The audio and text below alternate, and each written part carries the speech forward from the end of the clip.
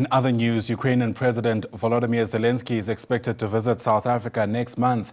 In fact, Presidency spokesperson Vincent Magwenya says this visit will be a continuation of ongoing engagements held by President Cyril Ramaphosa with his Russian counterpart Vladimir Putin and Zelenskyy on an inclusive peace process that will provide a path to peace between Russia and Ukraine.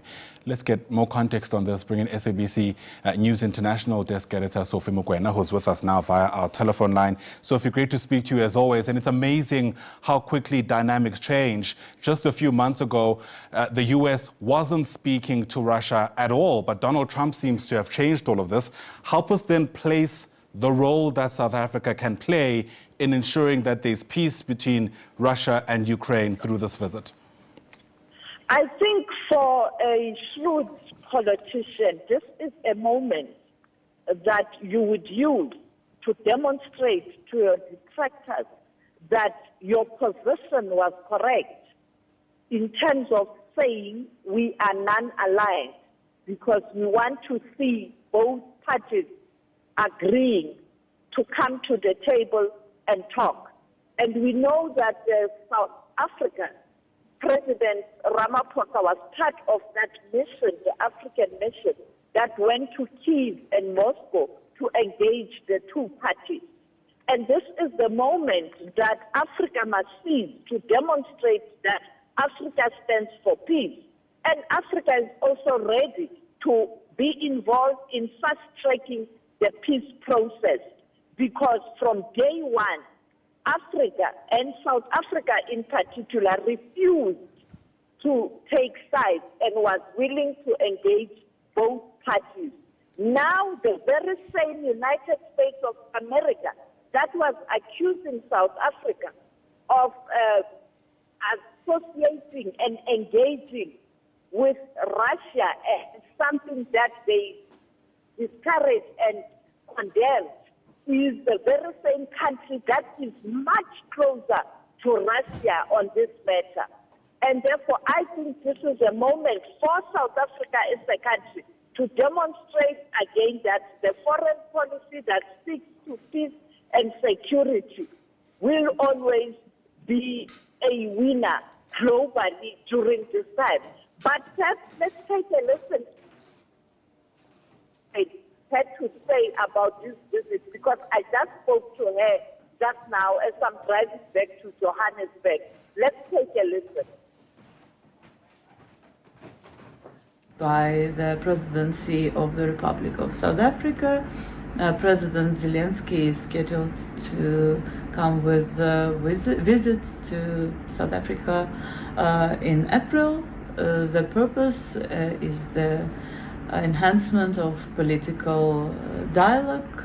This will be the first visit of Ukrainian president to South Africa since the re-establishment of Ukraine's independence. We are looking forward for launching of the bilateral, multi-sectoral dialogue and cooperations. We yet have to discuss what the composition of delegation will be, but we're pretty much sure that it will reflect the goals of South African presidency in G20.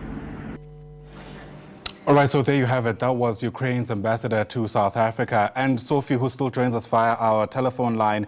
It's an unprecedented visit, this, as the ambassador has mentioned, the first of its kind, but also comes against the backdrop of increased pressure, perhaps even at home, for the Ukrainian president to hold elections, which of course wasn't possible because of this war. How do you reckon that will feed into the optics of this visit? I think behind the scenes, both leaders will be quite frank in terms of what must happen. I think South Africa will share its experience in terms of the negotiations that led to the transition and finally the elections in 1994, demonstrating that it's only through negotiations you can be able to resolve conflict, not through military might or the barrel of the gun. It's a temporal measure. It cannot be a lasting solution. And I think President Ramaphosa will also point out that his engagement with the Russian President Vladimir Putin, he is willing to engage in talks.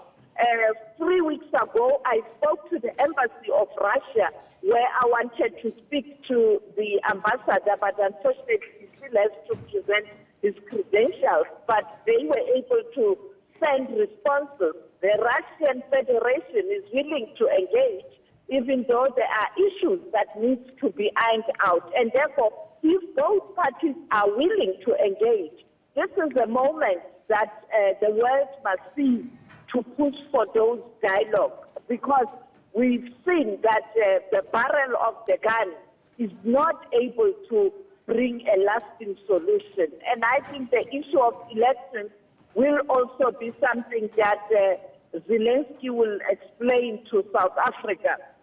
But you can see that there's already a push that he gets off the way from some of the countries who also have vested interest in the issue of Ukraine. But I think this will present him with a moment to speak to a country that doesn't have interest in terms of ensuring that this war is continuing, but rather a solution. And I think it will be interesting to hear from President Zelenskyy when he's in the country, when he does engage the media, what will be the course of action. But April is too far. You can see that there's a heated debate and discussions and movements, both Europe and America trying to play a role and a prominent role in finding the solution. We don't know in the coming days, those discussions in Europe, where will they take Ukraine to, or both parties. So April, it's too far, because right now there are other countries that are pushing with different interests. Absolutely. I mean, this time last week, we watched an unprecedented shouting match at the Oval Office. Just a few days later, Volodymyr Zelenskyy tweeted that, he trusts Trump's strong leadership to be able to help carve out a map to peace. So you're absolutely right. A lot can still change. Sophie Mokoena, live to us there through our telephone line. Thanks for helping us place into context that expected visit. Volodymyr Zelenskyy has now, it's confirmed, expected to visit South Africa sometime in April. I think the date given is around the 10th of April.